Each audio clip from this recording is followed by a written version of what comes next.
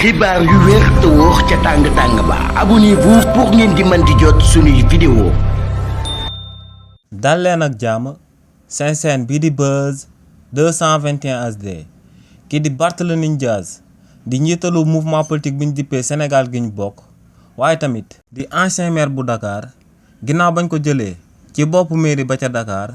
ci lu yàggul dara ci ay bés dinañ daal di xam définitivement jëmm ji nga xam ne moom moo ko war a daal di remplacer ci boppu mairie boobee ca Dakar. si li ni mel kii di Barthélémy Dias ginnaaw bañ ko destituer ci ay fonction daal di koy jëlee ci boppu mairie ba ca Dakar dañoo jëloon kii di Ngoné Meng mi nga xam ne moom ma nekkoon adjointam daal di koy teg ci boppu mairie ba ca Dakar. si li ni mel na kookee di Ngoné Meng lu tolloog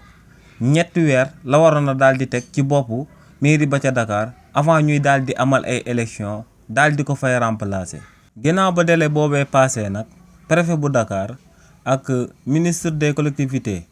territoriales bii di Moussa Balla Fofana daal di nañuy fësal akub lettre daal di koy jébbal kullu conseil municipal bu daal di nekk ca biir mairie ba ca Dakar ngir ñooñee ci le 27 août 2025 bi ñu jëm ñu daal di amal ay élection daal di tànn kenn ci ñoom bu ko defee kookee daal di uutu Barthélémy Dias ci boppu mairie ba ca Dakar. waaye ba tey ci mbir moomee ngir fàttali rek